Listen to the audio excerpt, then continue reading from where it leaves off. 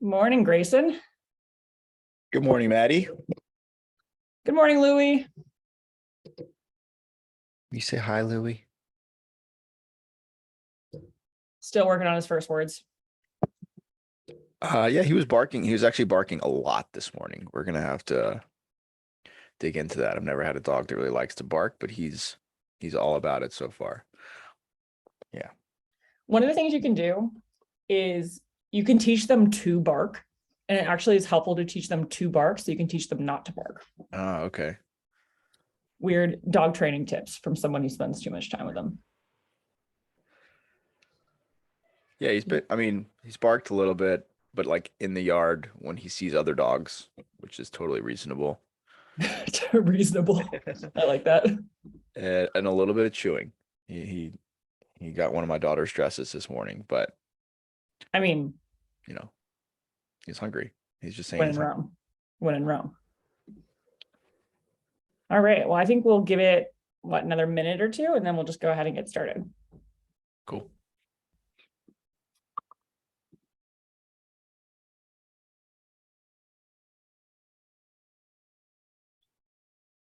Did you get up to anything cool last night, Grayson? No, not at all. Leftovers for dinner. It's starting to get a little cool here, so we just sat outside. Kids in the neighborhood, kids played football. Louis ran around. Our dog ran around. And then I prepped for this. That's about it. You didn't ask, but I am ready to tell you what I did last night. Oh yeah, So sorry. I went to a beer spa. Oh, interesting. Exactly. No one knows what it is. Hopefully, maybe, who's to say? But it's basically where you go somewhere and you get in like a hot tub that has like a large tea bag in it of like dill weed and hops and like all this stuff. Life changing. So you smell like beer? I know. Is it supposed to be good for your skin or something, I guess? Yeah, it's something that's obviously not true, but it was most excellent. And there's beer and there's beer soaps and there's like all this stuff. So it was absolutely excellent. They also had like kombucha and stuff for people who didn't want to drink beer, but it was awesome.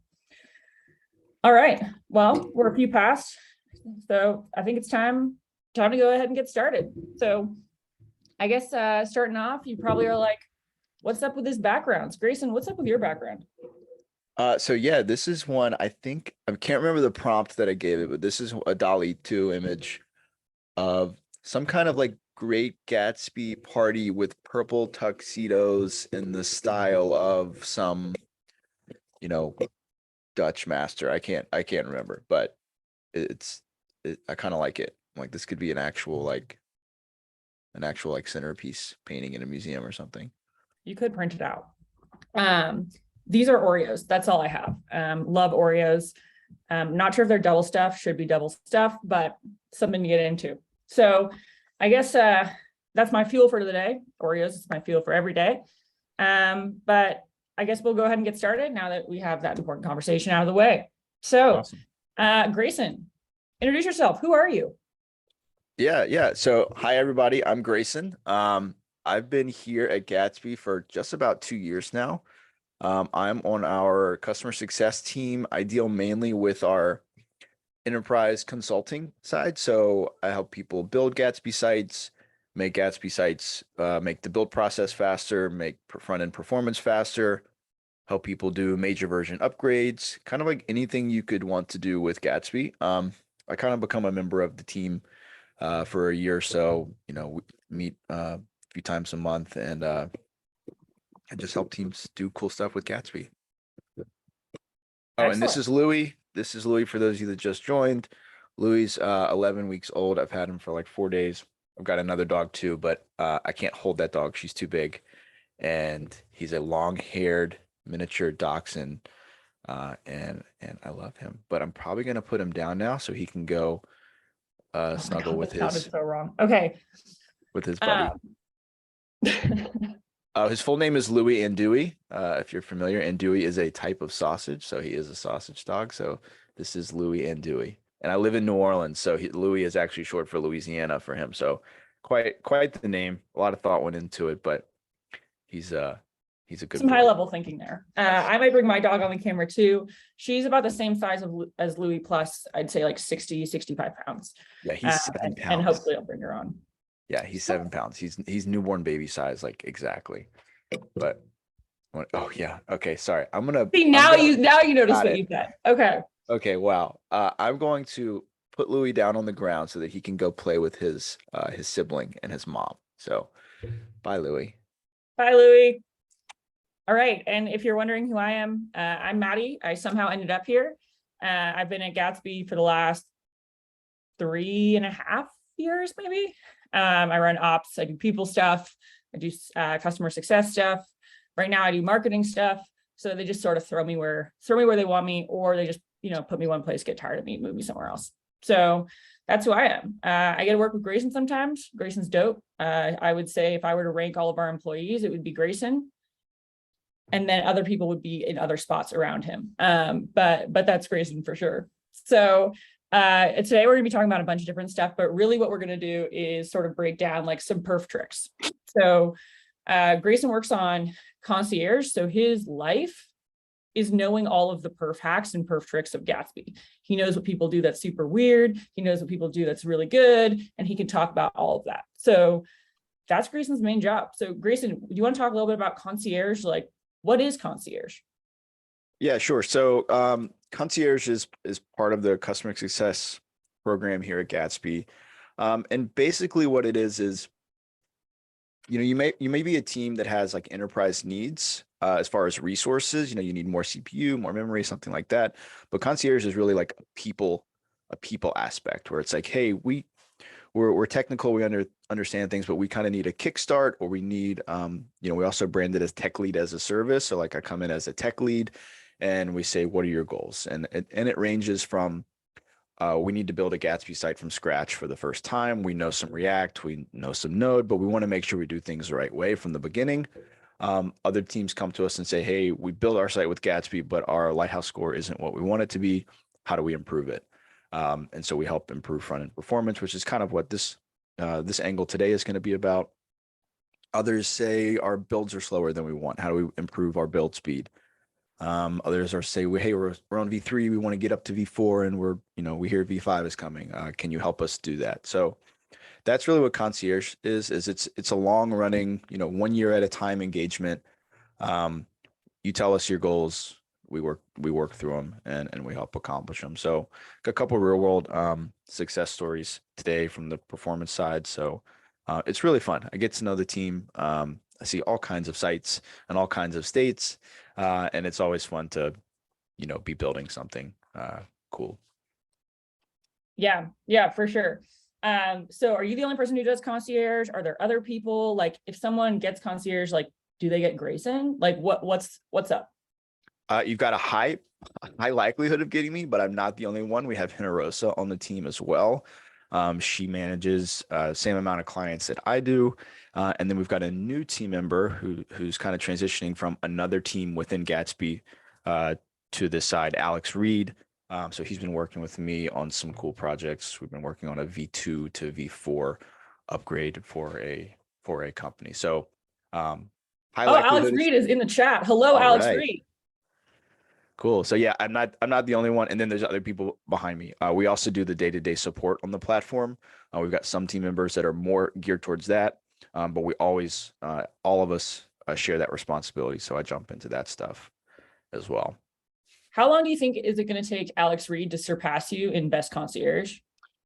He was sending me some messages this morning on that project, and he's gotten a lot done without my help. So he's well on his way for sure. Well, nothing close to Generosa. She's an absolute G, Yes. for sure. So we got the three of you. So I guess sort of let's get into it. So Grayson, let's say you're starting a concierge engagement. Someone's like, oh my God, Grayson, like my scores. And you're like, don't worry, I'm Grayson, right? Number one thing you look at, what's the first tricks that you're getting into? What's going on? Yeah.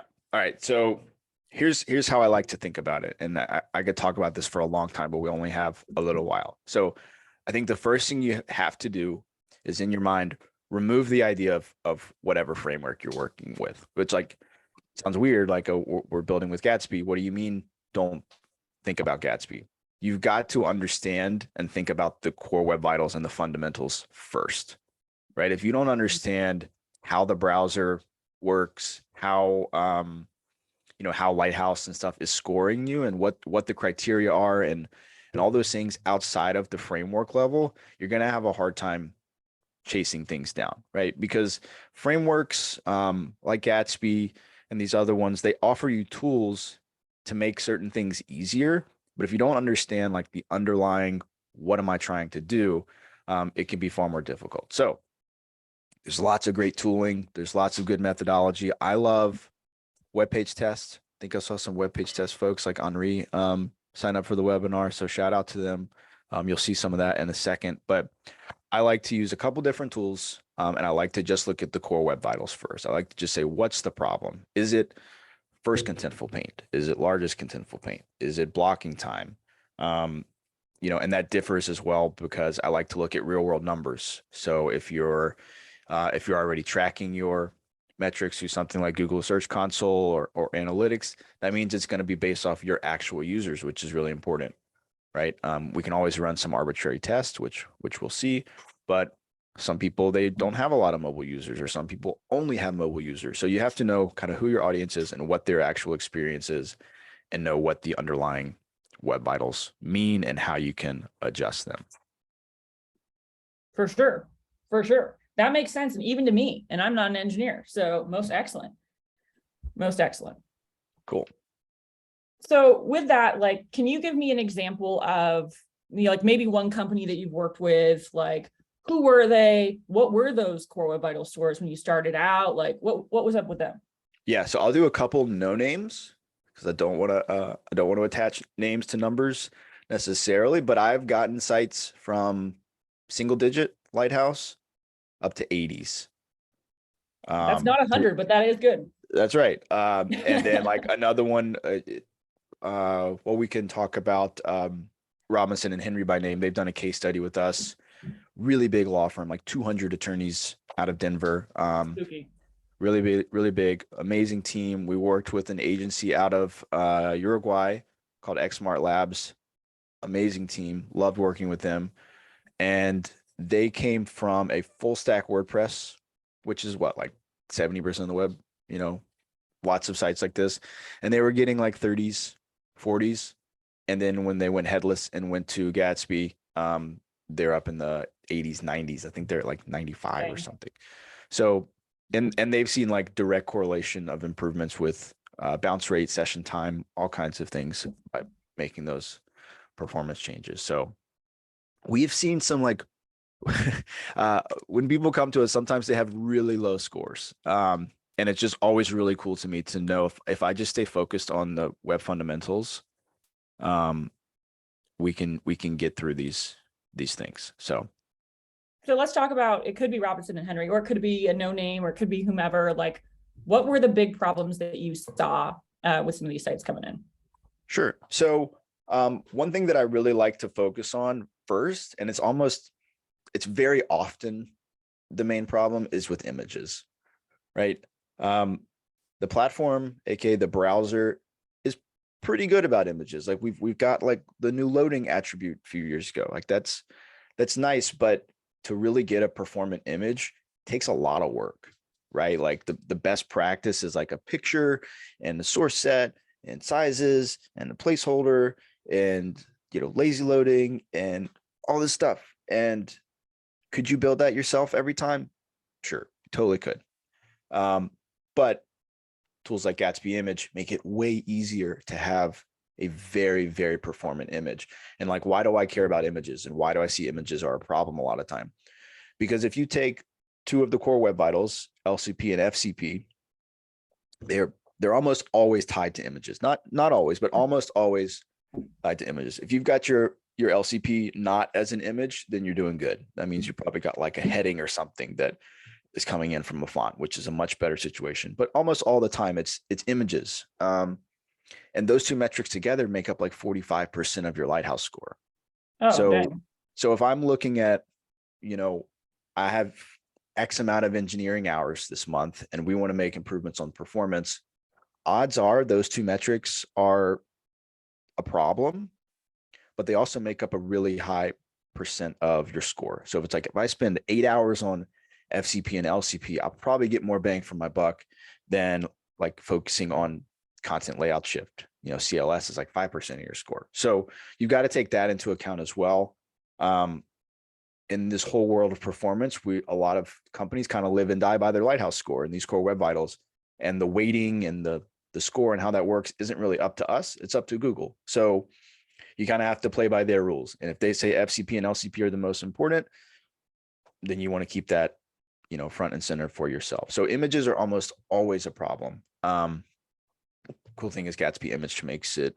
I mean, I'll show you on this demo I have. I took the LCP from like 15 to 1, right? Seconds. Casual. And that's based off of an actual, I did this based off of an actual thing I saw in an audit. It's very, very common. Cool.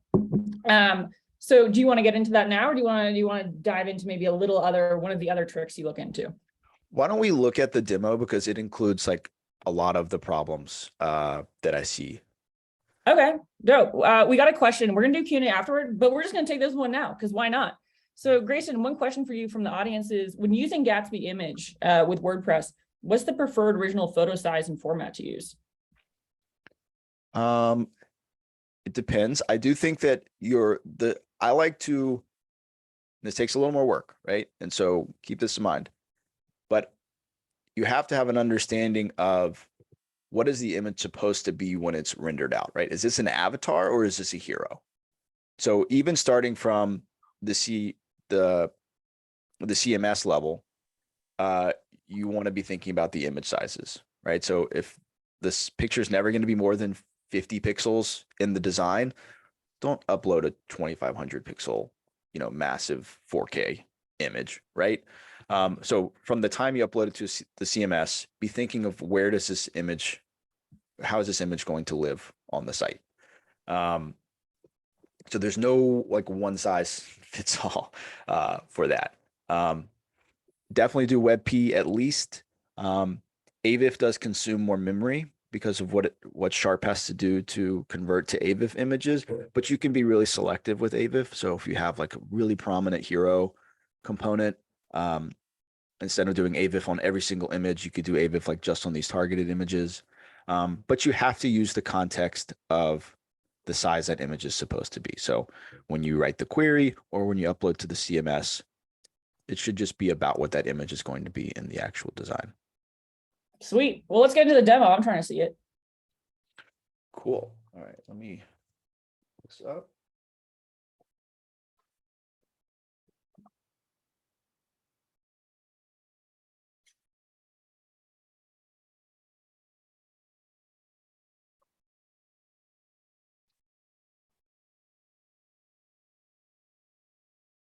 All right, so you should be seeing some code now. I do.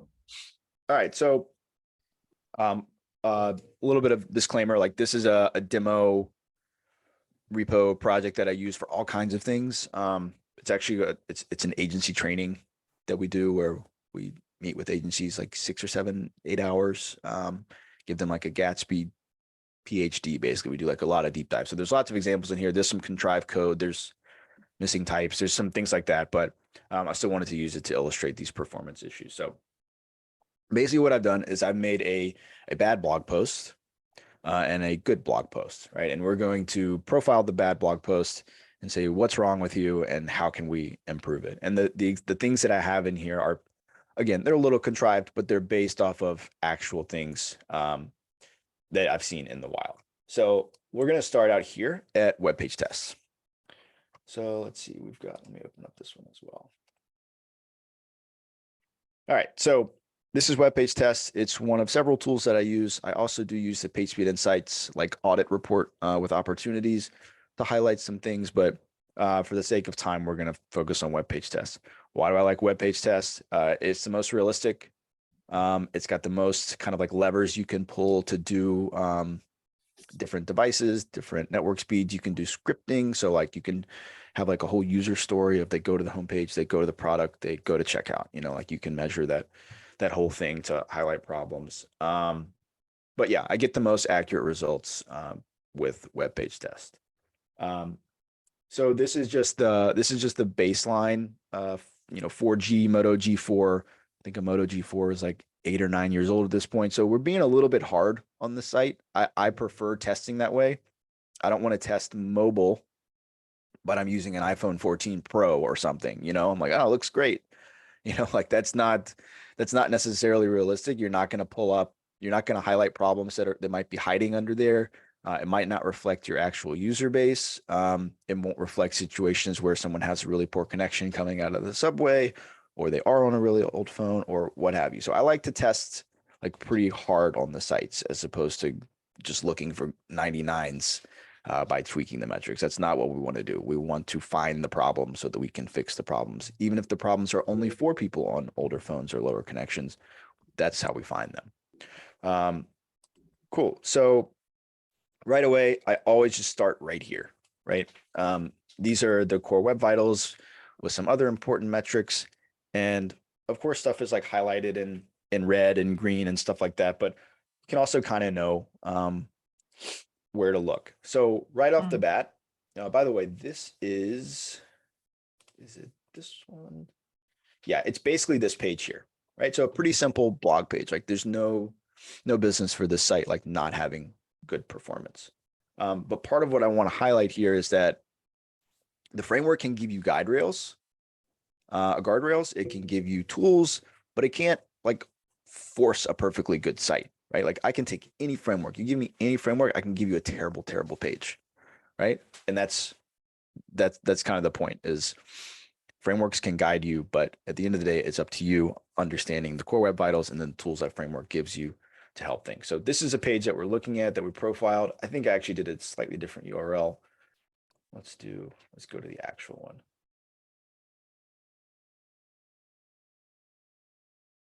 There you go. You won't believe what happened when he used TypeScript. This is one of my cool clickbait articles that I made for this. So this is a page. So now let's start checking it out. We get a good timeline view. So this is just nice to see like, okay, the user didn't see hardly anything for 2 seconds. But our LCP is like 17 and a half. This is frankly terrible, right? Like that's really, really bad. We want to get this closer to the, 1 to 2 second range as much as possible. Speed index is partly determined by LCP, but anyways, we can see this timeline and we can tell like, okay, we're having a bad time. Now, one of my favorite things about web page test is the LCP tool. Like if you notice, you can click on it. And when you click on this, it's going to highlight the element, right? Because the LCP points to a specific element, right? So the LCP could be your hero. It could be a heading. It could be this image or that image, right? It's going to point to an actual HTML element. So in this case, it tells us it's exactly what we think. It's this image tag. Okay. That's good to know. But even cooler, it gives us this waterfall. Right now, we can get the full waterfall if we go back. The thing I like about this waterfall is this is the waterfall up until LCP. So this lets us see anything that's happening before LCP. And then it's up to us to say, well, is that more important than my LCP element or not? And by reading this, like, here's our LCP element. And the reason this takes 17 seconds is because it takes the image 17 seconds to download, basically, right? I don't see anything blocking ahead of it, but this image is really, really slowing us down. So that's kind of going back to what do you look for first? I run this and like a lot of times the problems just present themselves. So we can have a look at the code here. And let's see what we've got. So we've got our hero. Oh, wait. Yeah, we've got our hero. And this is just using a regular image tag. If I were to go into this, this is coming from my bad hero. So let's go in here. And, it's like, well, what's the problem? I'm using the platform, right? The browser gives me an image tag. I give it an image. Like, why is this so terrible? I'm doing what what HTML tells me to do. And this is where like, yeah, this works, but there's a way more convoluted way of doing this that will help your performance. But doing this by hand would not be fun. So So one thing I did, spoiler, is changed it out for Gatsby image. So we'll check that out. There's some other things that are sticking out to me. If I go to my full waterfall here, I do see like some third-party code here happening before my LCP, and it's jQuery for the sake of the demo, but I like to look at what's happening before like my first party code, right? So first party code is going to be anything where the URL is my URL basically. So if I see anything in these like first requests that's not from my domain, I just want to know why and say, is this more important than my code? So I see a font, I see some jQuery coming in. We've got another third-party library called Clerk coming in. We've got another font. This is blocking, right? This little orange X will tell you, hey, this is blocking any rendering from happening while that's going on. It's a small waterfall because it's a small page, but those kind of things are standing out to me. So let's go back to our code. And here's our bad one. We can look at another thing, the total bytes, right? So we're 15 megabytes, going back to the person's question about the CMS image. This means that we're just using probably whatever image an editor uploaded to the CMS. And if they uploaded a 15 megabyte image, you get an actual, you get the 15 megabytes to the user. Cool. Now let's look at the code here. This is a really cool pattern that I want to highlight. Now on this example, it's not going to be super pronounced, but if I were to look at this page, this is our bad one here, and inspect it, I can go to the network tab, and I just want to look at the size of my JavaScript bundles that are coming across. So I refresh the page, I filter by JavaScript. Oh, it's being cached. Let me disable the cache. Right, so I've got all my JavaScript bundles that are happening here. None of them are that bad. I don't control some of these. Like we've got a third-party script here that's pretty large, 167 kilobytes. We've got a framework, which is just Gatsby generated. That's always the same size. We've got our app bundle. We do control the app bundle, so we're going to want to look at this. Got our jQuery. And then last, we've got this template. I don't know if y'all can see this. Let me zoom in. Might be better. We've got this template bundle, right? So anytime Gatsby makes a page, that page is going to get its own little JavaScript bundle that makes it where that page only uses that JavaScript in a sense. App bundle is going to be like shared JavaScript, but say I have a calculator page and it imports a calculator library. That way that calculator library doesn't end up in all the other pages bundles. But some things can happen, right? Where your bundle sizes start to increase kind of by accident and you're not sure what's going on. And there's a couple ways that can happen. I'll point out one with this example. And let's look at this set of imports right here. So Gatsby does what I like to call import-driven bundling. So Gatsby can't tell if you've rendered a component or not, but it can tell that you've imported a component. So when it comes time to bundle JavaScript, it's going to look at this bad blog post template, and it's going to say, okay, we're importing SEO. Well, these, first of all, React and Gatsby are going to automatically be bundled separately. So don't worry about those. But, components, it's going to say, okay, I need SEO, layout, tags, hero, and call out. These are all going in the bad blog post template bundle. But you can imagine a template where, actually might have an example of this flex page, right? So this is a flex page. Same idea as the bad blog post, but we're importing all these components. And then we might be reading from the CMS and saying, hey, if the editor has chosen a hero, then render the hero. If they've chosen a callout, render the callout. And the editor might have 1,000 instances of this page, and sometimes there's a hero, sometimes there's not. So what happens to that page's bundle? What happens if you have 120 components in your component library and your imports look like this? And you've got a nice, you've got a nice map and a test, and it's only rendering the component of the right type. But what if your editor makes a page where it's only using 3 components, but you've got 120 imports? What's going to happen? What's going to happen is Gatsby's going to read the imports and say, well, I'm bundling all of those because it's imported based bundling. And we don't really necessarily want that, right? Because that means a user that goes to that slim version of the page with only 3 components, they're paying the JavaScript tax of all 120. So what do we do? And in this example, I've just done this like has call out Boolean instead of doing the whole map. So like if it has a call out, render the call out. If we look at our page, this one does have a call out. So I would expect it to have the call out component in its JavaScript. But this is just a form of what I call, it's just conditional rendering, right? So whether it's a Boolean like this or the map in the flex page where it's like if there's any chance that that import is not actually going to be used, that's a conditional render, and it should kind of get your attention. So right now, this JavaScript bundle is slightly larger than it should be sometimes.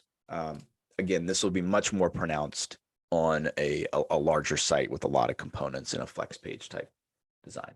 So that's a pattern that we want to fix. Also, as I'm looking at this, we've got a script tag thrown in here.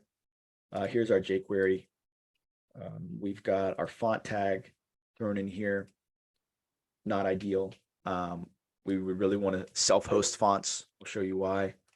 And then script, we have Gatsby Script. So we'd like to move this script to a service worker if possible. We'd like to self-host these fonts if possible. We've got a couple things that we can do to this page.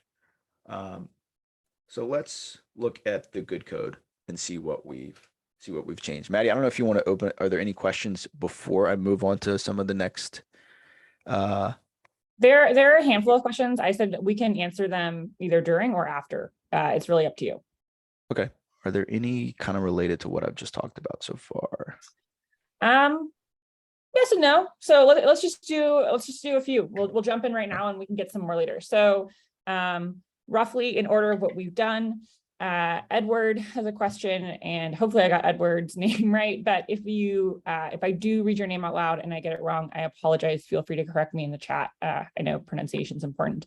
So Edward said, how does GIP decide what image sizes to produce? Is it possible to customize considering images are often different proportions of the viewport width across different devices? Yep. So when you do a Gatsby image query, let's find one. I'm missing it. Yeah, right here. So you're normally going to want to just, again, the height. Grayson, I think you might have just cut out there. I don't know if it was just me. So. Oh, sorry. Can you hear me now? Yeah. So it's going to start with the query. So it doesn't just like arbitrarily decide that number. You give it that number. And again, that goes back to understanding what that component is supposed to look like. What is its width supposed to be in the design? And you basically give it that width, and it will then generate the correct sizes off of that. You almost never need to worry about the mobile and desktop sizes. We handle that for you, right? So if you want this width of 1200, it's going to generate like a smaller one as well for mobile sizes. There is art direction with Gatsby image. I'm not going to illustrate that here, but you can do that of generating one for like, you normally do that if it's not just a size-based change, if it's like a crop-based change or a focus change or something like that, but you can do that as well. Okay. You were talking about bundle sizes a little bit. Xavier asked, what's a good target bundle size to aim for, or when should you be worried about bundle size? So here's one thing about JavaScript, like you can have two 1 kilobyte JavaScript files, 1 kilobyte, and it could wreak havoc on your site, right? Part of it is size-based, but part of it is what's in the code. If I write a terrible like recursive loop or something in that 1 kilobyte of JavaScript, it's gonna load worse than that 100 kilobyte of JavaScript that doesn't really do much. There's not an exact size, I guess. Alarm bells for me start to ring over 100 kilobytes. I want to understand why more stuff is there. There's often a trade-off that the teams are making between performance and functionality, right? So people are putting a 100 kilobyte library on there to do authentication, so they don't have to hand roll and write their own authentication tool. You may have, performance, you may have like analytics that are meant to track conversions. And that's really important for your marketing and your business and retargeting and things. But, it hurts your score a little bit. So I know that like from a chunking aspect, I think we don't let a chunk outside of the app bundle get bigger than like 120 kilobytes, 150, something like that before it gets chunked out to another chunk as well. But, it's kind of hard to say. I've seen it all. Yeah, for sure. And we'll take like one or two more questions and then we'll keep moving. And Cool. if we haven't gotten to your question yet, I see a handful. We will get to it at the later on. So feel free to stick around and we'll make sure we do it. And if you do have questions, go ahead and put them in the Q&A rather than the chat. It's a little easier for us to track. And that way we make sure that your question doesn't get lost and that we get to your question. So Grayson, go ahead and keep on chugging along. Cool. All right. So hopefully I've identified like some of the things that we're looking at, but it is interesting that for this one and for a lot of the ones that audit, LCP is like a huge issue and it's image based, right? So let's start looking at the good code and some of the changes that we've made. So we still have the same hero, but this is actually pointed at the good hero now. So let's go look at that. And you can see instead of just the image tag here, it's Gatsby image. And we're passing in the result of our query, right? We've got our hero image. We're using Gatsby image. We've got our width, our placeholder, all that, and that's getting passed into here. So that alone, like, it's night and day. It's amazing what that does alone. But you'll notice this loading attribute, and this might be kind of weird to you if you're not familiar. This is really just getting, for context. That is weird. Yeah. It is weird. So this is getting just passed through to the browser image tag. This is not a Gatsby image API. This is the browser API. You can see the options are eager, lazy, or nothing, right? You're probably most familiar and you're like, oh, this guy doesn't know what he's doing. This should be lazy, right? Lazy load everything. That's kind of what you hear. Lazy load everything and it'll speed up your site. Not necessarily, right? The rule of thumb I like to use is lazy load the things that you can't see, right? So if you have, down at the bottom of the page, a product gallery, and all those images are getting loaded when the user is like still looking at the hero, those images are going to be competing with your hero image to load first. So the user wants to see the hero, but the browser is still busy loading, images that are down below the fold. Dang browser. Right. Yeah. So they do have the loading attribute to help with that. But if you actually know that an image is going to be above the fold, then you actually want to turn this to eager, right? What this does is this tells the browser, you know what, this image is really important. Please put it at the top of the list for images that you get. If you don't have this on here, then Gatsby images default is lazy. So if I just put nothing here, then it would lazy load. But because I know this is a hero and I know it's above the fold, I want to give it higher priority. So I'll put loading equals eager. Other instances on the page, if there were any, which there's not for this URL, but say I had an image down here at the end of every article, I would want to keep that on the default lazy loading. So it doesn't load until it's starting to come within view of the user's window. It's amazing what this stuff does. Again, this is a simple page, but I've seen teams that have 20, 30 images down below the fold that when someone's on mobile just trying to get that first view, they're paying this tax of all the images that are below the fold. So what have we done? We've changed this to Gatsby image and we've put the loading equal to eager. All right, so that was our first fix. Next, I wanted to just illustrate a pattern for taking more control of the code splitting and the bundling. So remember we said that by default, Gatsby does this import driven bundling, but what if you're in this kind of like conditional rendering, state, and the call out isn't always going to be rendered because we've got this Boolean. Sometimes it'll be there, sometimes it won't.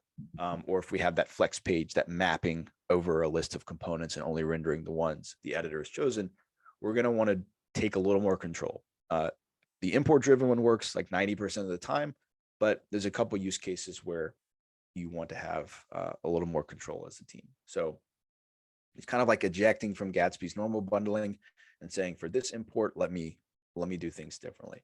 So we're using a library called Loadable. We're doing that because React has a native code splitting tool, react.lazy, right? So I could do this and we would accomplish the same thing. The problem is, as React team admits, this doesn't work with SSR. So why is that bad? Like, again, there's lazy. Lazy is good. Grayson, why aren't you lazy loading all your components? Because React.lazy doesn't work with SSR, which means you're basically going to end up with a create React app on the page if you do that.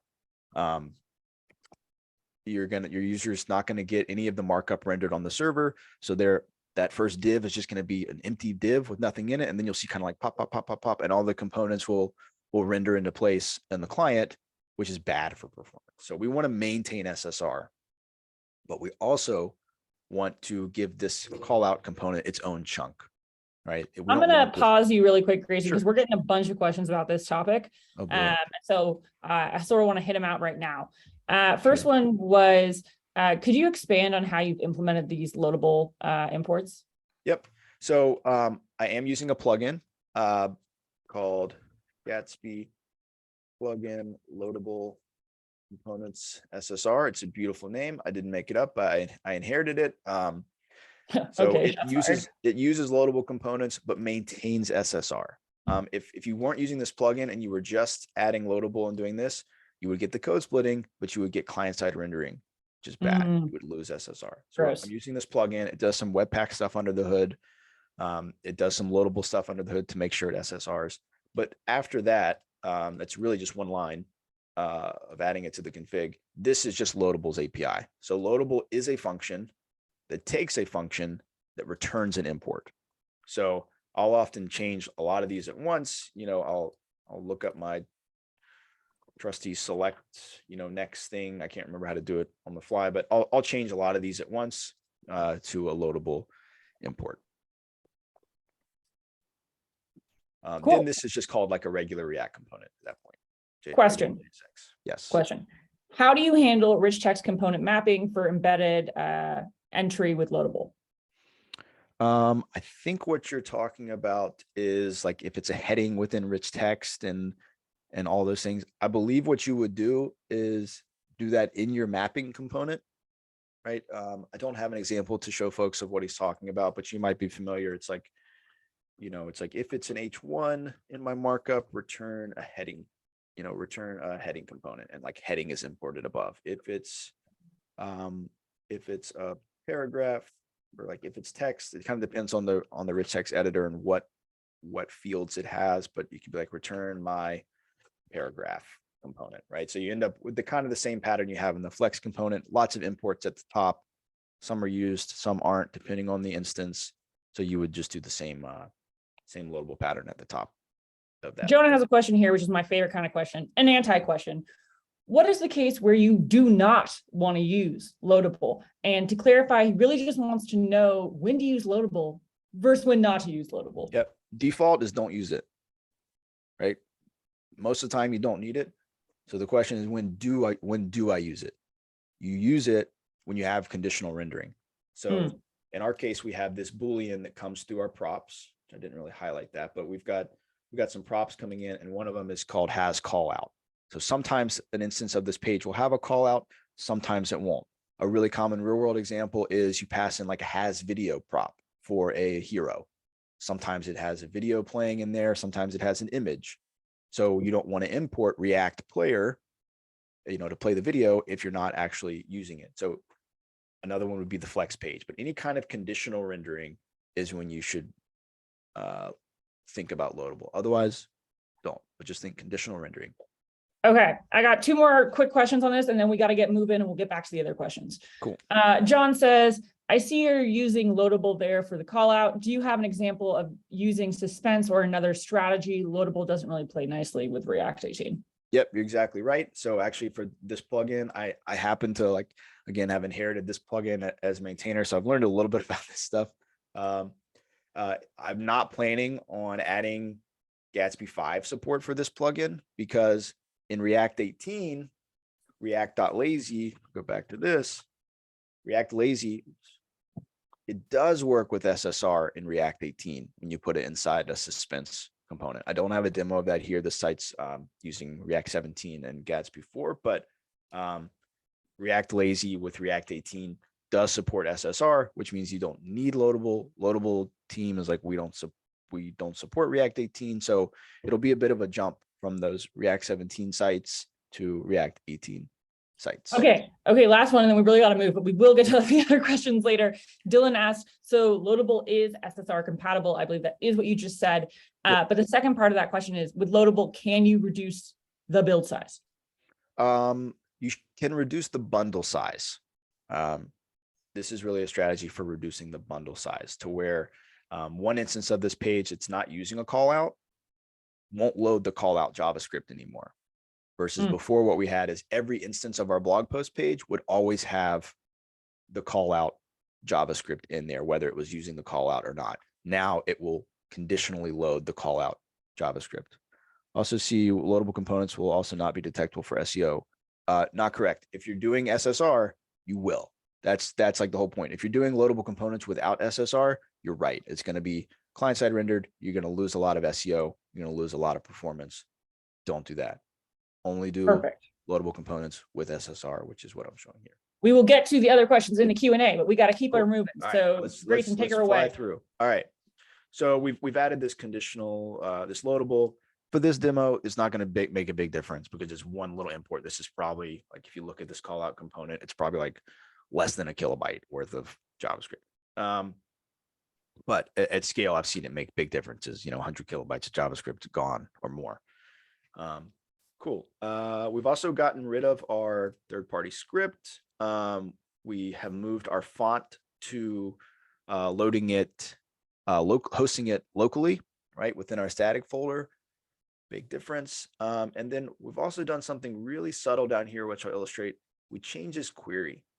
This query is now Gatsby image. Well, this one was slightly different anyways, but the other one would have been Gatsby image data. So if you're not familiar with the Gatsby image CDN, I'll show you the difference. So let's fast forward a bit. Basically, I made like 4 or 5 changes, really simple stuff.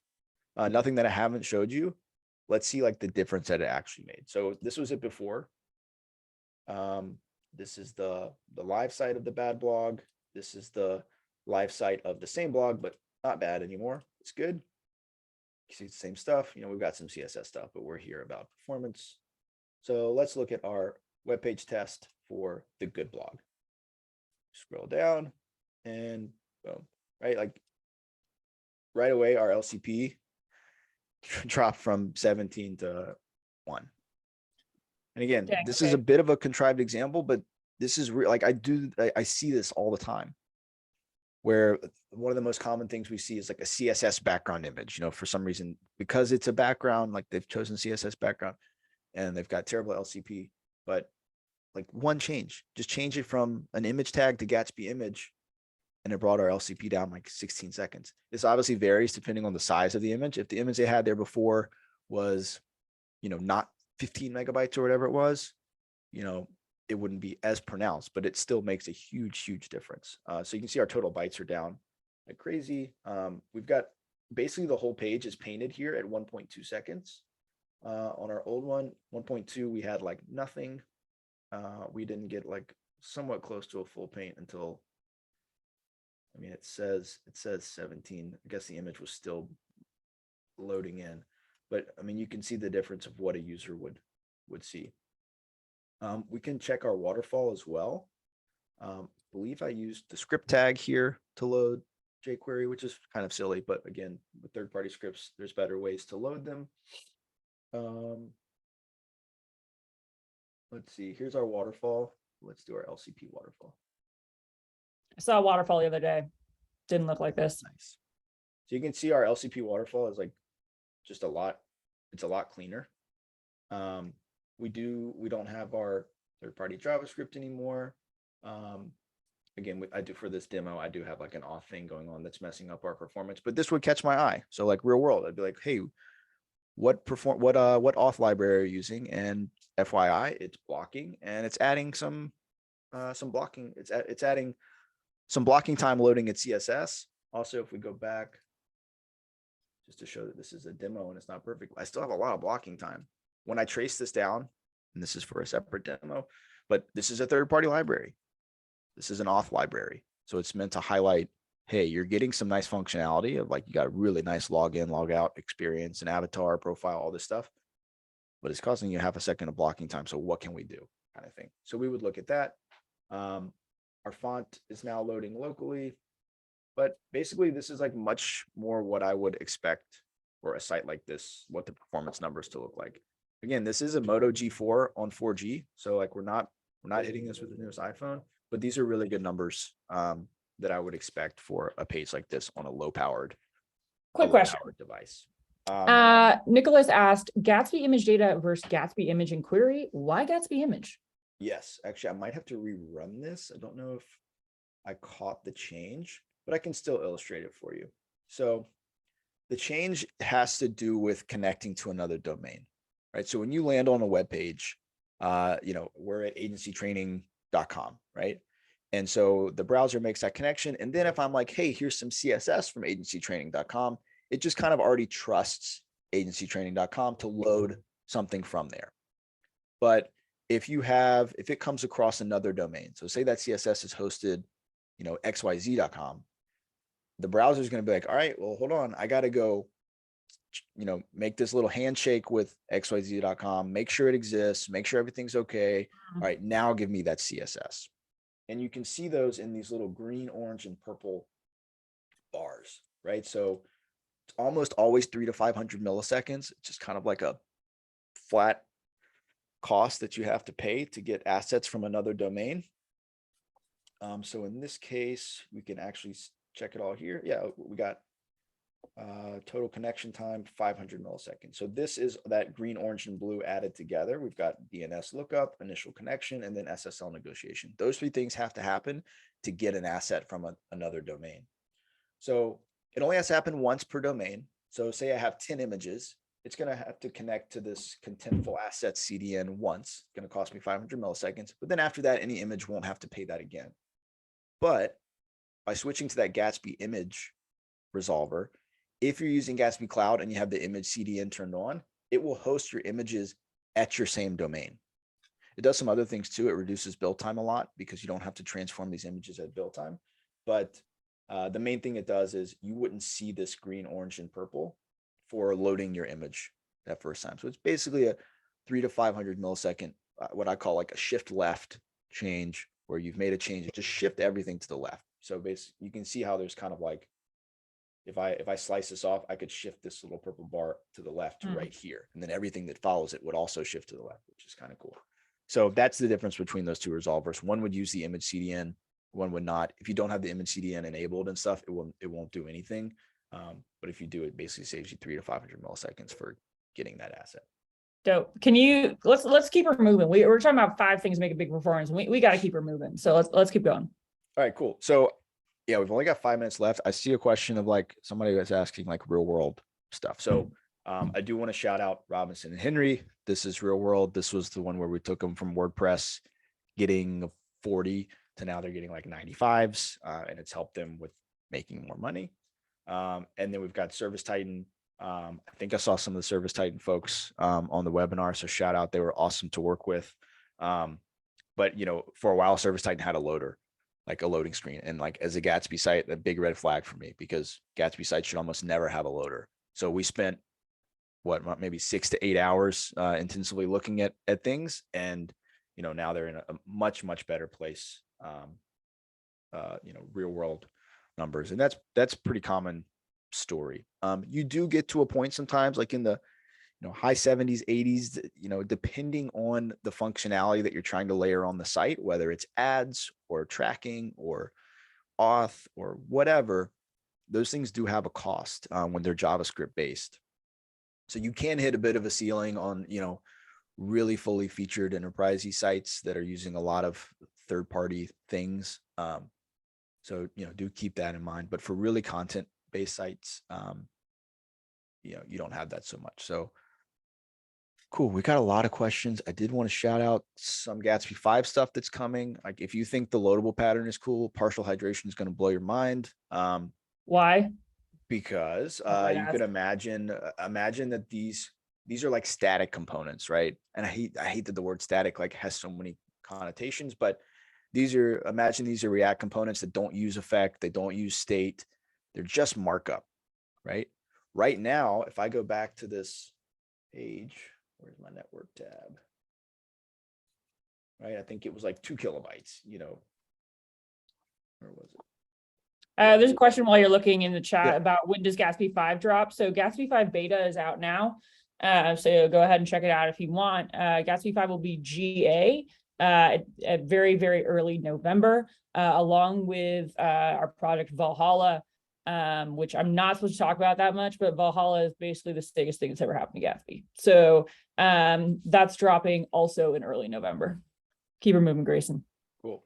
So again, this is a super small example. This page template is only 2 kilobytes, so we don't have a ton of JavaScript to get rid of. But this 2 kilobytes is basically these, right? It's basically 5 or 6 React components. Dang. And with partial hydration, if these are static components, if they're non-interactive, maybe that's a better word. If they're non-interactive components, they don't use state, they don't use effect, then they will be rendered on the server and their JavaScript will just be left behind. Right? Right now, yes, we send static HTML, but the way React works, it has to rehydrate the page. It has to take over the page again and make it a React app. To do that, it needs all of this JavaScript. But with server components and partial hydration, instead of sending all this JavaScript, it's going to send, you can kind of see one here, like Gatsby already has one, like a small runtime. It's kind of like an orchestrator, and it's going to say, okay, I know which chunks are needed where for which components. So you're going to get that little orchestrator, that little runtime sent over to manage these chunks. Loadable does it similarly as well. So React will do that, but then a lot of the JavaScript for these components will be left behind. So in our testing so far, it's like 40 or so % less JavaScript being sent, which is, great. Mwah, chef's kiss. Yes. Cool. We talked a little bit partial hydrations in Gatsby 5. What's like one other thing that's in Gatsby 5? Well, there's a lot, but let's just talk about like 2 of them. Sure, because I think another one that relates pretty well is slices, right? So a lot of people have been talking about slices as a way to help with build times. And I'll give you a good example of a slice. So looking at this component, this is our layout component. It's got a navigation and it's got a footer, right? This is going to be on every single page that you go to on my site. You're going to see the nav, you're going to see the footer. If you were then to go in your CMS and make a change to the navigation, right? Change the header to, the name of a link or something. Okay. Gatsby is going to say, okay, well, this header is on every page. Therefore, I need to rebuild every page, which is basically going to trigger a full build of your site, which you don't want to do. Yeah. What slices is going to do is it's going to let you define like slices of a page. And it's going to say, hey, we want to, and I can't go through the whole thing now, but I know we've either done a webinar, we're going to do a webinar with Josh, I think, on slices in depth. We're going to tell Gatsby, look, these are not part of this page. They're their own thing. So what would happen post slices is we would make a change to the navigation. Gatsby would say, okay, the navigation changed. Let me rebuild the navigation. And then, oh, I see it's used on 5,000 pages. Instead of rerunning all 5,000 pages, I'm just going to inject the new header into those 5,000 pages, which is incredibly fast. So slices is really thought of as like build performance, but it has the same kind of effect as loadable components or code splitting, right? So if I make this navigation a slice, then any JavaScript that it imports is going to be its own chunk, its own bundle, which will reduce the size of the app bundle. So we've seen like build times go down like crazy with slices, but it's also going to have, a mild front-end performance improvement as well. So in this case, I would make the navigation and the footer slices because they're not really tied to the content of every single individual page. They're kind of static across instances of a template. I know Kyle, who's our one of the founders here, has this like pretty sick graph of like slices and how it compares for like build performance versus other places. Maybe I'll tweet it out later. It's pretty dope. A little controversial because like it's pretty sick compared to everybody else, but might tweet that out. All right. Well, those are two of the big things in Gatsby 5. Also mentioned that drops early November along with Valhalla.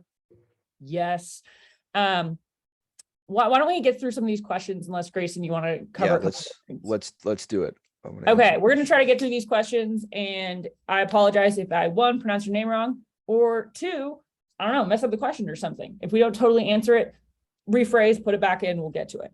So I think we might have gotten this one a little bit, but we'll get to it because it's been a while. Thank you, Maximilian, for your patience. Can you share actual numbers that improved as a result of improving performance or Lighthouse scores? There's a lot of craze around like green scores, and sometimes the website feels fast enough, even though it's not like a 90 on Lighthouse scores. Doesn't necessarily mean it's bad. Like, what do you think about that, Grayson? Yeah, you're right in like a couple different aspects. Hopefully some of the real world ones I showed are good. We do have real world examples of this all the time. I tried to kind of boil them down. But I think, yes, you can totally have a site that feels really fast. And you're like, there's no way the site has any problems, but then you run it through a tool and you've got a problem, right? So that's where I like to lean on. Well, it doesn't show it on this because I don't have enough real world data, but you see this tab right here that says discover what your real users are experiencing. So I normally don't like to run Lighthouse scores locally, anything like that, but normally this top part of this is a good metric. I guess we could just do like CNN.com or something. You can see what I'm talking about, right? So this is our real world report. So this is, if you opt into data sharing with Google and you land on a site, they record your metrics and they put it in their database and they say, okay, this person had this experience on this domain. So this is like the real world experience of the average user on CNN.com. So this is important, right? So you should live by this to know like what your users are experiencing, whether you're running a report here, a report there that says it's good or it feels good. Yes, you can trick the Lighthouse score to show green, but your user is actually having a terrible experience. There's a lot of nuance, and you have to, again, if you can get into these metrics almost always tell you the real story. Again, this is the real metrics based off of all your users over the last 28 days. This is like the source of truth you should look at. This second part, I kind of don't even look at this. This is a one-time, it's not reliable. I don't really like it. But then down below this, you have this opportunities tab, and this does have some really good hints, like, okay, why isn't CNN preloading their hero image? Like this has some actual actionable things. We're gonna keep moving. We're gonna get through these questions fast because we got 26 and we're just gonna like blaze through them. Yep. So as quick as you can, Grayson. Bronislav says, did Gatsby consider creating a Gatsby video component for optimizing videos on HSL format or something similar to Gatsby CDN image? No, it's a cool idea. I think at this point, there's probably like some libraries that are already doing it really well that I would lean on, and the like Gatsby will just render them. So no, but if you want to open like a GitHub discussion about that, like that. Yeah, or put it in, we have a canny at Gatsby with like feature requests and all of that. And our team looks at it like all the time. So you can put it in there. David says, off topic, it's 40 minutes later, so it's probably off topic now. Why do you still prefer to use React.fc if it's deprecated? Yeah, this is a year-old site that I use for lots of different demos, kind of crammed together. I don't know. I just follow whatever the current best practices. It's just out of date. So. Dang, he got you, Grayson. All right. Ricky Rhodes says, first off, awesome name. Does the script tag affect Google Analytics on page load? Yes, it should improve it. You should, if you use the script tag has 3 options. It has, like defer, idle, and off main thread. They're in the docs. Read between the 3. Like they should all help it load at the right time. If you do it off main thread, you should have like the best results. But yeah, it does affect it. You do need to watch and make sure that your events are still getting fired and things like that. But yeah, the script tag should improve loading of the analytics. So Xavier says, are there any plugins that download the Google fonts locally?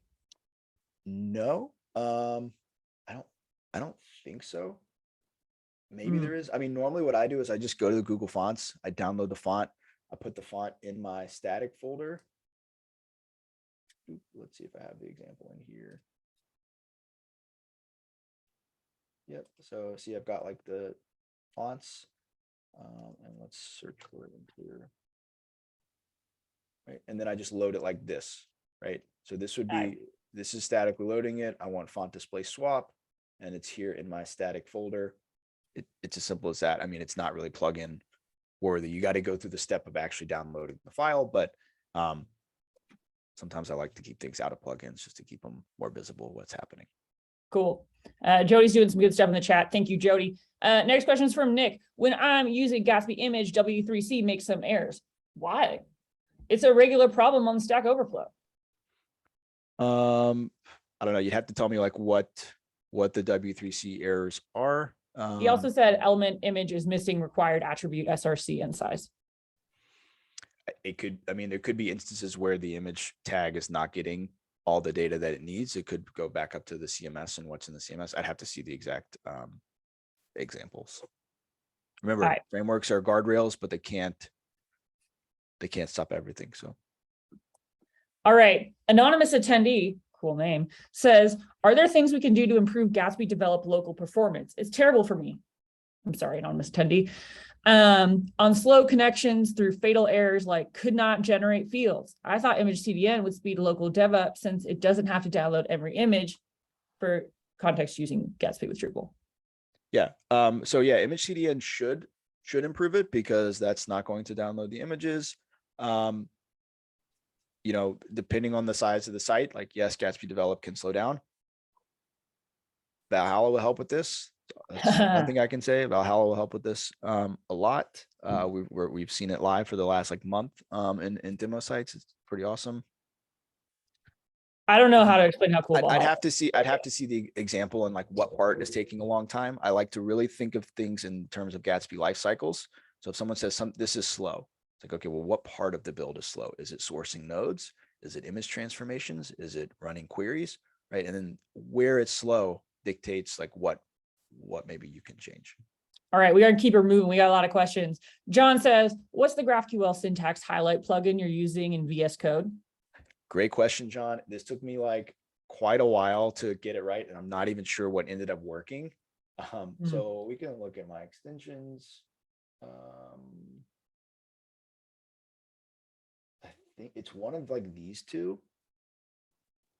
GraphQL syntax highlighting and GraphQL language features. Because yeah, that was a big pain point of mine. What he's referring to is it's not a ton of highlighting, but just like seeing the matching brackets, because remember, this is a GraphQL string, right? So a lot of times inside of a string, the VS Code can lose the sense of what syntax it's supposed to be highlighting. So with that plugin, it keeps it. So like, it's just a little better as opposed to this all being one color. It can be tough to match brackets and see variables and things like that. So it's one of these two, I believe, but it took me a while to find one that worked. Keep her moving. Alan said, should we have our analytics tracker before our LCP? I'm pretty sure the answer for that is no. I believe most analytics trackers are able to record analytics after. Like I think, and I could be wrong here, but I think what happened was so many people had to put their analytics tracker first. That was often the recommendation, so it could be there to record the experience. But now I believe the browser holds onto that data for those kind of scripts, and they can kind of reach backwards after the browser has recorded it, and then it sends it on. But no, I'm pretty sure analytics you want to defer, and it'll still get the right metrics. Dope. Edward Simpson says, I guess my bad for not accurately explaining the scenario. We quite often have an image which is full width on mobile, but different on tablet and desktop. This means that the auto-generated sizes aren't going to be optimal for the tablet and desktop. Yeah. So that would, I mentioned art direction. That sounds like a case for art direction. Otherwise, you could run two queries, right? So you could have like mobile, like you could do aliasing, right? So this is hero, like let's say, let's go to my good one, it's actual Gatsby image query, right? We could say, all right, this is on mobile, and then on desktop, it's the same query, but I don't know, you change whatever you want to change, the width, the 25 view width or whatever.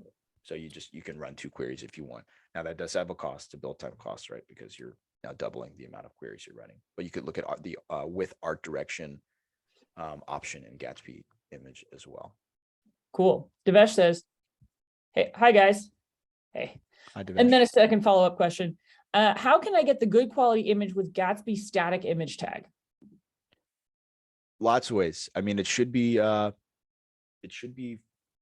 pretty good as is. I mean, if you're having problems, you can check the width. You can always check the source image as well. Sometimes folks upload images to the CMS that are too small, and then they try to, if you upload a 200 pixel image and you try to stretch it to 1200, nothing Gatsby image does like can help that. You're stretching an image that's too small. So you can check the source image in the CMS. There's a quality option that can go in here. I think the default is like 70 or something. You can bump that up to whatever. Yeah, so I'd say width, quality, and then checking the source image in the CMS itself. Question. Henri says, will Gatsby image support fetch priority equals high, question mark? I think it does, Henri. I think we treat that the same way that we treat loading, right? So if I go back to my hero, I think what Gatsby image does is if a prop doesn't match one that Gatsby image needs, it just passes it on to the end image tag. So I think if you did fetch priority equals high right here, I think it would just get passed on and worked. I'm not sure. If it's not working, let me know. That'd be something that we could do, but otherwise I think it just spreads anything that gets passed in onto the image. Cool. Jeremiah says, have you used loadable lib? Yeah, loadable.lib. So yeah, loadable.lib. Tomato, potato. Yep. So loadable.lib, the loadable right here is meant for components like JSX basically. But let's say that this was, I don't know, some date library, right? Then it would be the same thing. Like this date library is not JSX, it's JavaScript. So you do loadable.lib, and then this would probably be a, pointing to node modules, date lib, right? You can do that. It's a little bit different because it's not based on rendering. It's based on like if I'm using this, so date lib dot function or something, right? Like a little bit different. But yeah, loadable.lib should work the same way. Cool. Ruben says, with Gatsby image, how do you deal with images which come in as image tags within the body of text? For example, from a headless WordPress article where someone has added an inline image in the content. So with WordPress specifically, there should be an option where basically we look at that markup, we find the image tags and we transform them to Gatsby images. If you're not using like Contentful or WordPress or Drupal or one of like the big CMSs, it depends on whether it's in like Markdown or if it's in rich text, but it should be doable anyways. But with WordPress and the major ones, it's just like an option that you pass into the plugin. I don't have it off the top of my head, but where it will find those images for you and you don't have to do anything. It'll just transform them. Cool. Mantis or Montes says, hey, what is the easiest method to migrate Shopify theme to Gatsby? Can I get sample code, etc.? That's a big one. Yeah. I'm not too familiar with Shopify themes. I'm guessing maybe it uses like Liquid or whatever their templating language is. But really Gatsby is just React, right? Like for the most part, there's a thin layer, where you get your query like this at the bottom that's Gatsby specific, but otherwise it's just JSX. So however you want to move that over, we do have like Gatsby Starter Shopify and some other ones. It's a good start, yeah. Built on Shopify, so you can check those out. Alex says, if you're talking about SSR, are you loading data with get server data? No, not in this demo. So Alex, I think I saw another question about, yeah, I see one of yours further down. Aren't you still using static site generation? What do you mean by saying server-side rendering? Yeah. So really, really good question. If you're doing static site generation, you are also doing server-side rendering. If you're doing server-side rendering, you may not be doing static site generation. The difference is the timing, right? So if I'm doing SSG, we would just say that that's still SSR, but it's SSR ahead of time. So AOT, right? when someone says SSR, that's implying that they didn't build the whole site ahead of time. They're SSRing it just in time, right? So when the user lands on a page, then it renders the page. With Gatsby, when a user lands on the page was generated whenever you did a build last, and it just sends the static markup. But that RSSR was still done during the build. So it still calls like React server, dot render, whatever the method is, it's still calling that, but it's happening when you run a build versus when the user lands on the page. So hopefully that makes sense. I think it did. Chris says, what is the best way to import third-party scripts? Oh man. I don't want to say it depends, but it kind of depends. With Gatsby, you should always use the script component. So we didn't really dive into the script component. But the script component takes a source. It lets you do conditional loading, lets you do all kinds of cool stuff, but it also has the strategy, which can, again, I can't remember. I think it's defer or idle and on off main red. I think those are the three options. You wouldn't write them like that. I'm just writing them so you can see them like as a list. And this is basically just a matter of timing. In this case, it's a matter of location. It's happening in a service worker. In this, it's happening like, do you want it to happen right after hydration is defer, right after React hydrates, then run the script? Idle would be after hydration, but wait until there's some free time and room for the script to run. So idle would be pushing it back a little bit more. It kind of depends on what script you're talking about, what that script is trying to do. Some scripts don't work well here. Some scripts may want to be a little bit earlier, one might want to be a little bit later. Kind of depends, but the TLDR is use the script component. Dope. Look it up if you haven't in the Gatsby docs. Just type in Gatsby JS script component. It's pretty sick. Our framework team shipped it, I think, in the last couple months, and it's been pretty huge. All right, Jonah has a question. What happens if I use Lighthouse web page test on a dev server versus hosted Gatsby build? Will I still get a relatively accurate comparison of a bad page versus good page in terms of the difference in scores, even though both would be lower on the local host, on the local dev server? I'm guessing it's always better to use the built host version, but I wanted to get your take on this. Yep, I would test like production level code. So I would deploy it just like you're deploying it live. I would test it as it's live. Otherwise, you can have weird things where like you're kind of chasing your tail, or you're chasing ghosts where there's not actually a problem in prod. There are differences, obviously, in the amount of resources on a local host test and your computer being the server versus a global CDN with caching and all this stuff, and redirects and everything that your production environment is supposed to have. So I would only test against a live environment that's like a production level environment. Jim says that makes sense. Cool. Chris says, any plans to allow the fade-in effect for Gatsby plugin image to be disabled? For example, for above the fold images that are eager loaded, the fade-in artificially slows down the appearance of the image and is deeply baked into Gatsby plugin image. Yes, I think there should already be a way to do that. It might be like a CSS solution. I can't remember exactly. You can do placeholder none is like a good place to start. So right now you have placeholder blurred, you would do placeholder none. We have first start, but I think what you're talking about is that there's still like a placeholder image that's blurred, that's still there for a second and like some kind of fade. But I think either placeholder none by itself, or there's like a small CSS change that you can make to remove a transition or something. If that's not accurate, feel free to open a GitHub discussion or issue with like just Gatsby starter default showing the problem, and we can see if there's a better way to do it. But it should be straightforward. Cool. Tim says, what if navigation has a class outline based on path? I think this was when we were talking about our layout component and the navigation and slices, I think is when this question came up. What if it has a class outline based on path?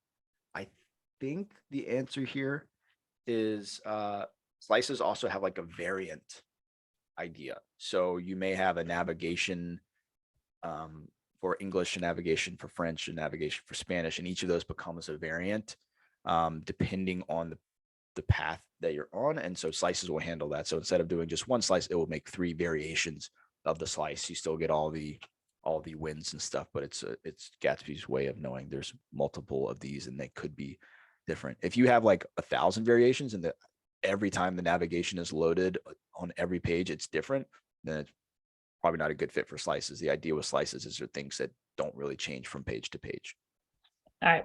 Anonymous attendee, hello again, says, are there no benefits of lazy loading below the fold components? For example, we lazy load the footer component, site tracking, customer chat widget. Maybe we should reconsider it and only use it for conditional CMS components.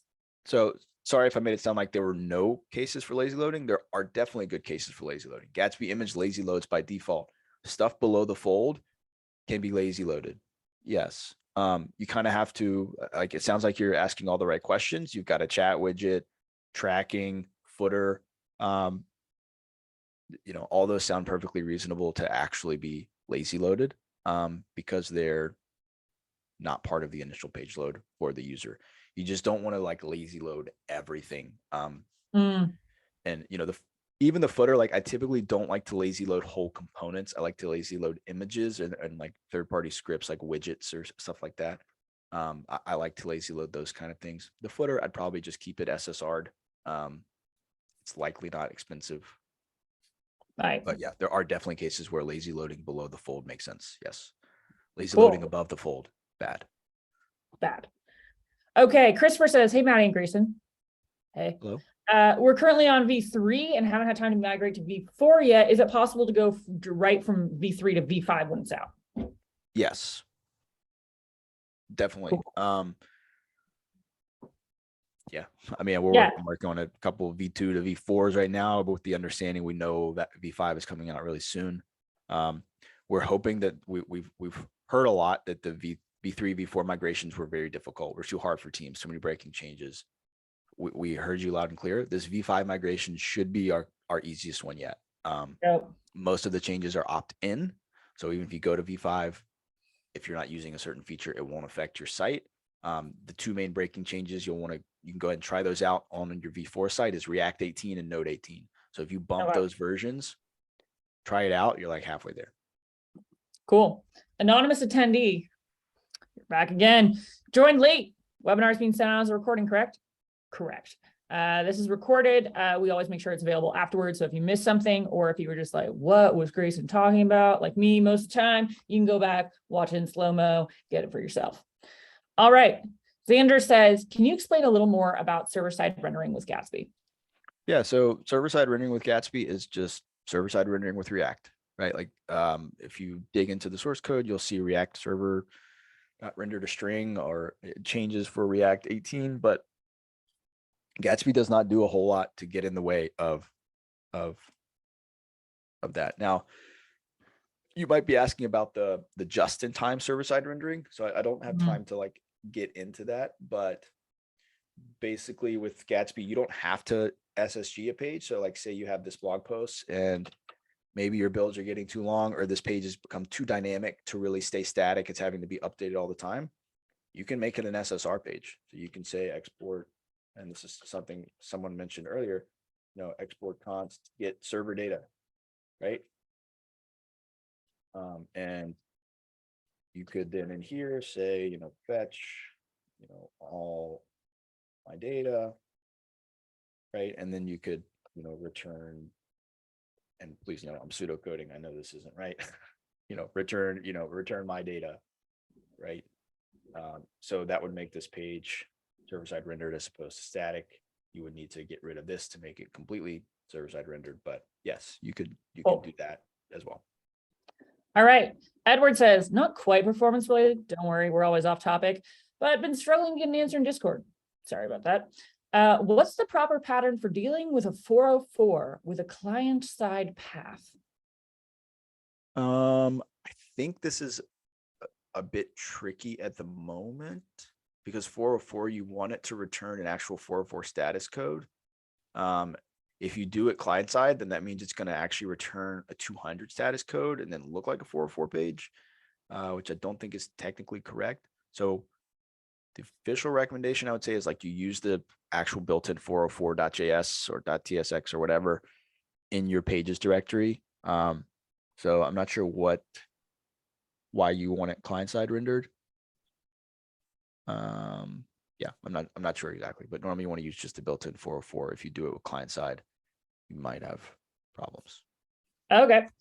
Emmanuel says, could you give a tip for a good way to use videos? Every other customer wants it in the hero and wants to have it embedded in Vimeo, which sucks. Yeah. True. Would be great to know your input. Yes. Oh man, I'll have to find. So I'm not as much a video expert. Like that's like, you can be like, you can dive really deep into the browser and video. This is an area where I do typically lean on a library. Like I like to really think long and hard before I bring in a library to do something for me. I think there are some libraries that do this well. One thing I like to do, because you're exactly right, the customers ask for this all the time, is see if you can at least get them to do an image on mobile and a video on desktop. Like see if you can do that, because doing it on mobile is like always going to be pretty bad. One strategy I've done is you do like a set timeout and you say, if the video hasn't loaded, and again, they would have to agree on this, but you could be like, hey, if the video hasn't loaded in a second and a half and hasn't started playing, then just do the static, then just do the image. Right. And that could be like, hey, for the folks that have a fast enough connection, they'll get the video because it's loading within your threshold. That's a good idea. But that way, if it crosses a threshold, just give them the static image so they don't end up, totally wrecking the scores. So that's another idea. That's cool. Owen says, are there some essential setup tips, tricks, extensions for VS Code that you couldn't do without when developing with Gatsby? I think the GraphQL syntax highlighting is a good one. When this is all one color, which I don't know I don't want to turn it off, but imagine this is all one color, this brownish red color, with no highlighting and no bracket matching. It's really tough to deal with that. You'll see like missing brackets in your queries, and it can be really annoying. So the GraphQL highlighting in queries is super important. Otherwise, like I will work on like 5 projects a day from different teams that have completely different setups. So my VS Code can be a bit of a mess because it loads like people's .vs Code config folders when I load up their project. So unfortunately, I just kind of like roll with it. I think that the GraphQL one's the only one that I make sure that I have. All right. Edward says, is there a performance difference between the use static query hook and exporting the query as a console? No, not really. Either way, it ends up in a small JSON file. The result of the query ends up in a JSON file. It'll be the same size result anytime. But yeah, page queries and static queries are run pretty much the same way. All right, next question in here. Dismiss.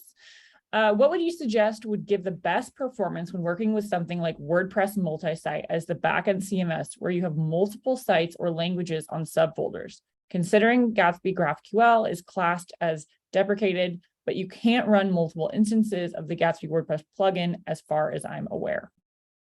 Okay, so I'm not a WordPress expert, but I think I understand what you're saying. Yes, we do not recommend Gatsby source GraphQL anymore. You just lose too many features the way that works. I thought you could have multiple instances of Gatsby WordPress plugin. But otherwise, I've even seen people where they will put like something in front of their Gatsby sites, like Cloudflare or something, and help direct traffic where they have multiple Gatsby sites. And then, whether it's based on the route or the domain or however you're doing it, Cloudflare like directs traffic. So you end up with multiple Gatsby sites that are building off the correct part of your WordPress site. But I'd have to see like a little more context. Cool. I know we do that. I know we do that stuff with Drupal. I know I've worked on some with Drupal all the time, but I don't know if Drupal multi-site is different from WordPress multi-site. Edward says, we use with art direction, but only when changing image. Feels like a lot to do different queries and construct your own hold on. Secret set from the Gatsby image data, which is not really meant to be used directly, I think. Would it be a useful feature to be able to pass an array of widths to the GraphQL query to override the core? Okay. Yeah. So you can change the breakpoints. I'm not sure if that is maybe what you're talking about. We normally don't recommend changing the breakpoints because the ones that we have are like based off a lot of research and our are pretty good. But yeah, you're right. It is a bit of a pain, but I'd have to see the design. I mean, it sounds like what's up with the design? Like why is the image changing? There's a lot of nuance here. But yeah, otherwise it sounds like you can construct your own source set. Yeah, I mean, there's a couple of different ways to do it, but yeah. All right, anonymous attendee, back again. Gatsby source WordPress, a post with external images. Is there anything which can download the image and host it on a CDN? Yeah, so that should be what someone was asking before with the rich text, inline embedded images. It should pick them up, whether they're like actual WordPress like media library images, or if it's an image tag pointing to an external image, it should pick those up. You may have to parse the rich text with like the rich text parser again, like somebody was asking about, where you map like an H1 to this and an image to this. You can do some parsing in there, but a lot of times, like, yes, Gatsby can do like pretty much anything, but there are times where you're like, should this just happen in the CMS, right? Should we fix the source of truth? Because if you can make the data structure in the model more accurate, it's less work for Gatsby to do, and it's faster for your builds. And I always encourage people to remember to think CMS first and content model first. Gatsby can do a lot of things, but it comes at a cost, where if you do it on the CMS, it's like already done. Cool. Havar said, how do you pass image URLs from Gatsby image to your SEO component? Yep. So same way that I'm doing here. When you query the Gatsby image, you get a lot of fields. So this Gatsby image thing here, this is a resolver in GraphQL. It's kind of like hiding a bunch of fields. So really, Gatsby image, this returns like an object with lots of fields, right? Like lots of different ones that you can query, including just like the path to an image. You want to make sure you get a smaller one. So that's why when I think it's this one, I don't know. There's a field when you open up graphical and you open up that image, you'll see a bunch of fields, and you can find the URL string, and then you can just pass it into your. Oh, I'm actually doing it right here. You can pass it in like that. All right. Iokunle says, hello. Loadable component is no longer supported with React 18, and React.lazy doesn't seem to work the same way. Any thoughts with code splitting with Gatsby React 18? Yeah, so the official answer from the React team for code splitting with React 18 is React.lazy. It should still support SSR. Make sure it's wrapped in a suspense component.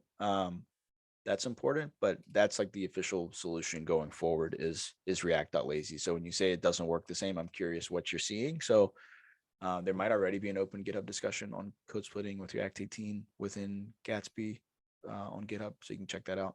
But yeah, loadable components is not going to work with React 18. I don't think they're even going to attempt it.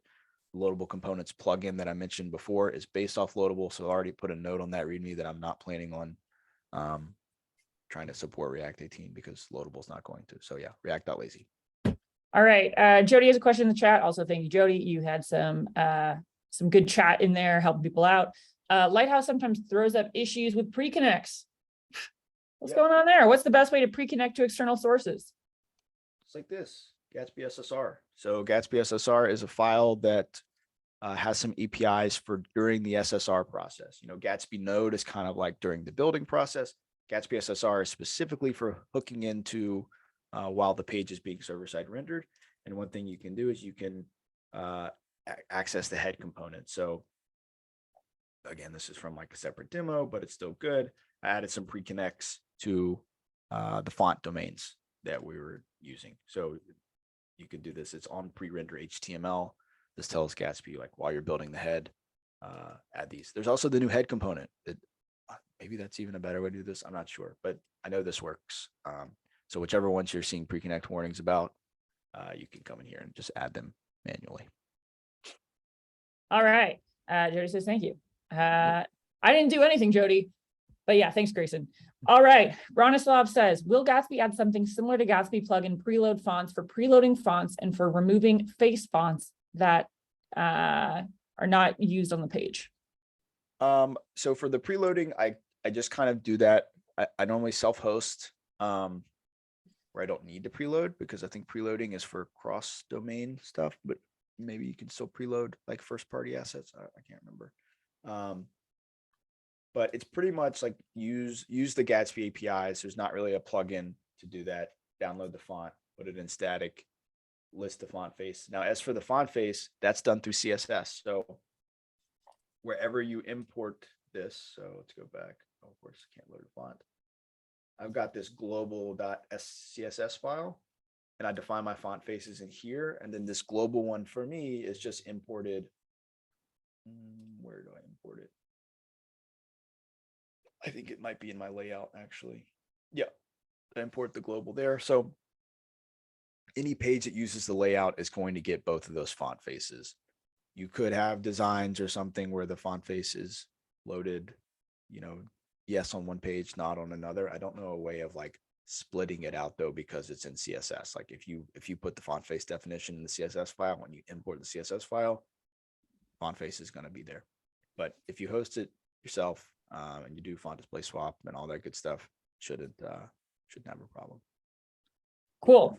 And with that, I think we have all the questions in the Q&A. So to wrap things up, if you are at a company and you want to get some of these tips, check out Gatsby Concierge. That's number one. You'll have a chance of working with Grayson, with Alex, or Hannah Rosa, who know all of these things and more than at least personally I will ever know. That's number one. Number two, Gatsby 5 is dropping, as we said, in early November. It has some dope stuff like slices, which we talked about, partial hydration, which is huge. So look out for an announcement. It'll be in the next basically like 2-ish weeks that you'll start seeing stuff about Gatsby 5. The GA, at least, the beta is out now. So go ahead and check that out. And then just a constant plug, Valhalla is coming out in a couple of weeks. We're not really supposed to talk about it. Kind of has to do with content. I don't know if I'm going to get in trouble for saying that, but it's sick. So look out for the Valhalla drop in the next, I think, probably 3 weeks. We'll sort of see. It's really dope. Hey, Maddie, you got 2 more questions. Let me knock them out. All right. All right. Does Gatsby image work with Gatsby image background or Gatsby plugin background image? No, don't use Gatsby background image. Gatsby background image. And they're talking about a plugin called Gatsby image background that lets you use the image as a CSS background. Don't do CSS background images unless it's something that's purely non-contextual. So if it's like a gradient type thing, like you can use background image, but performance wise, you're going to have problems. It's like blocking. You can't do lazy loading. It doesn't, it's not good. Don't do the CSS background images with Gatsby image. And then I think the other question we saw was, how do you do SVGs? Great question. Love this question. If you're like me, you got really excited when you learned JSX and you learned that, oh, I can do, import my SVG from my .svg, right? You're like, oh, cool. Now it's JSX. Yeah, that's cool. That's fine for like some one-off stuff. I don't recommend doing this like as a huge pattern. A couple reasons. One, what have we done? We've imported. What does Gatsby think when we import something? Bundle that JavaScript, right? So we've now turned an SVG, which a browser can read just fine on its own. It's made for it. We've now turned it into JavaScript. Not great, right? So that makes your bundle go up. Another thing is this can increase the size of the DOM when we do it this way. So we've now, if you've ever looked at SVG markup, it can be really, really big. Lots of nested elements. Then when React has to hydrate the page, it has to look and traverse like each one of those things. And that can take a long time and it can hurt your hydration performance. So what do? Check out SVG sprites. It's like old school. So I've got an SVG sprite here. I've got all my SVGs with symbols and IDs. I don't have I've got icon component. I'm even using loadable. Wait, am I using the sprite here? No, I'm not using the sprite here. Anyways, look up SVG sprites in React. I think his name is Ben Adams. I'm not sure. Has a really, really great article on this. So SVG sprites, it can be a bit of a migration, but totally worth it performance-wise. Cool.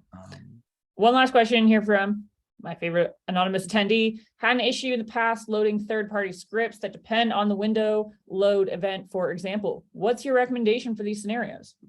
I'm assuming maybe you're talking about trying to do that with Party Town. So Party Town puts it in a service worker where the window is different or doesn't exist. So it has a forward prop where you can like forward things on. Otherwise, I'm not sure like what the problem is with depending on the window.load event, unless you're just saying that window.load is happening very early and the script is loading early. Look, for third-party scripts, I always just recommend auditing its functionality versus impact, right? Look for alternatives. Look for writing it yourself. There's lots of things. If you search like, I don't know, like better performance XYZ library or more lightweight XYZ library, especially for tracking and ads and those kind of things, like there are some companies doing good things and putting out libraries that are more performance aware. Awesome. Well, that is it in the Q&A. So thanks everybody for tuning in. Look out for Gatsby 5. Look out for Valhalla. They're dropping soon, and we'll see you around next time. Thanks, y'all. Thanks all.